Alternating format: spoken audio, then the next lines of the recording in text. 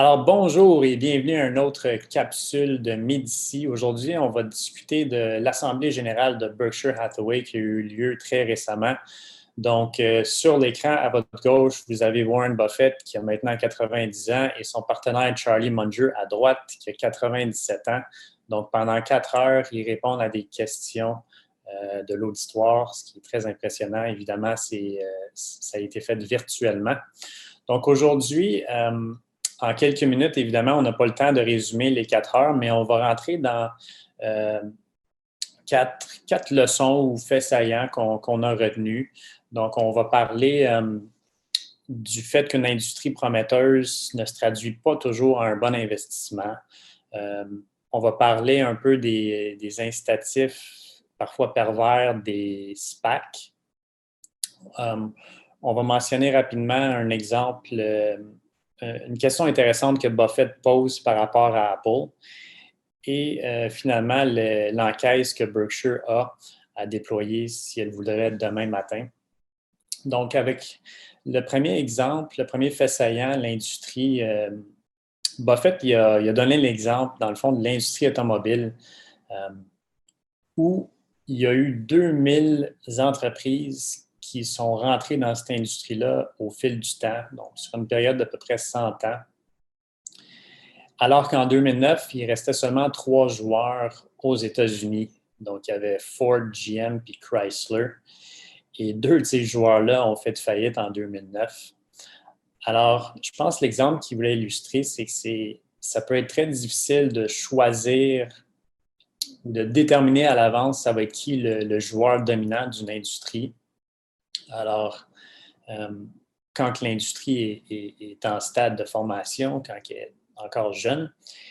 Puis j'ajouterais un deuxième niveau de complexité, c'est que si vous êtes capable de déterminer ça va être qui le joueur dominant, il faut aussi être capable de l'acheter à un prix raisonnable.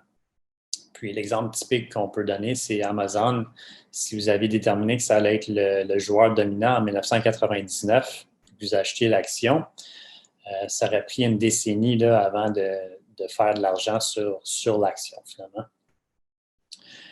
Par contre, si on peut se permettre de faire l'avocat du diable, il faut mentionner que Buffett il a investi dans une entreprise de véhicules électriques chinoise en 2008, alors que l'industrie de l'automobile électrique était encore très, très jeune.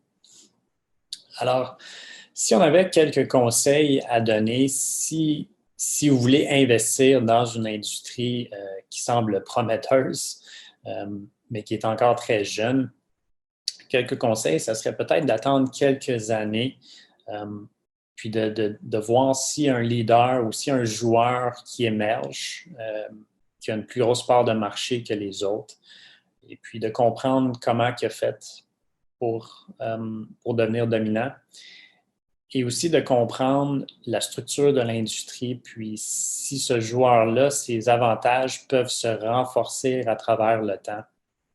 Donc, par exemple, s'il y a un effet réseau ou s'il y a des économies d'échelle. Et finalement, ça serait aussi de pondérer cet investissement-là de manière qui tient compte du risque, finalement. Donc, si on passe au deuxième fait saillant, Charlie Munger, Buffett sont très critiques par rapport aux SPAC. Alors, les SPAC, c'est des entreprises publiques cotées à la bourse qui n'ont aucune activité, aucune opération, et leur seul but, c'est d'acheter une entreprise privée pour la faire rentrer à la bourse. Puis, ils ont 2 ans pour compléter la transaction.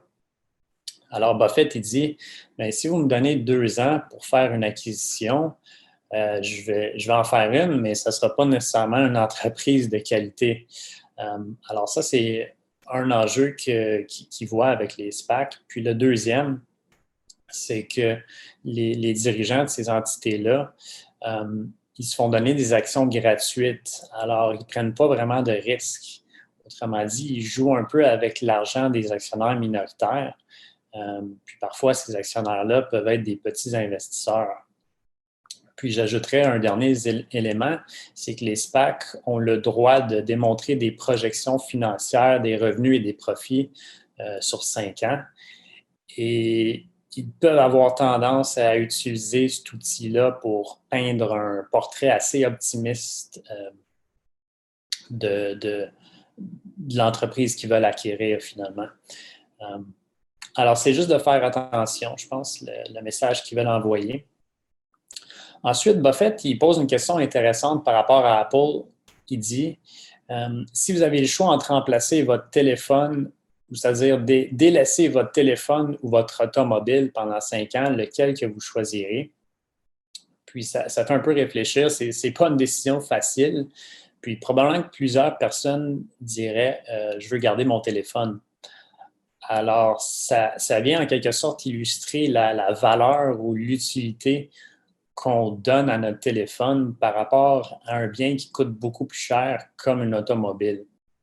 Donc, ça démontre finalement qu'Apple donne beaucoup de valeur aux consommateurs avec ses téléphones.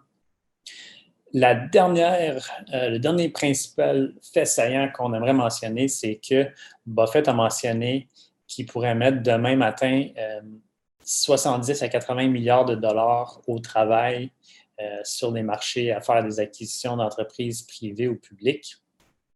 Et donc, c'est un très gros montant. Puis, il dit, par contre, avec les conditions de marché actuelles, il ne sera pas capable de le faire. Donc, ça, ce n'est pas un élément qui est nouveau. Ça fait quand même un certain nombre d'années qu'ils ont cet enjeu-là. Mais il dit que les conditions de marché peuvent quand même changer assez rapidement. Et il a tout à fait raison. On l'a vu là, avec la crise du COVID l'année passée.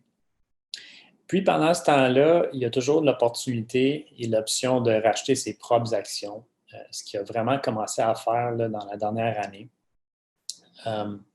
Le seul enjeu, c'est que là, l'action de Berkshire fait très bien depuis le début de l'année, alors ça se peut qu'ils doivent lever un peu le pied là, sur les rachats. Alors voilà, c'était quelques faits saillants et leçons qu'on a retenus. Merci beaucoup et à la prochaine.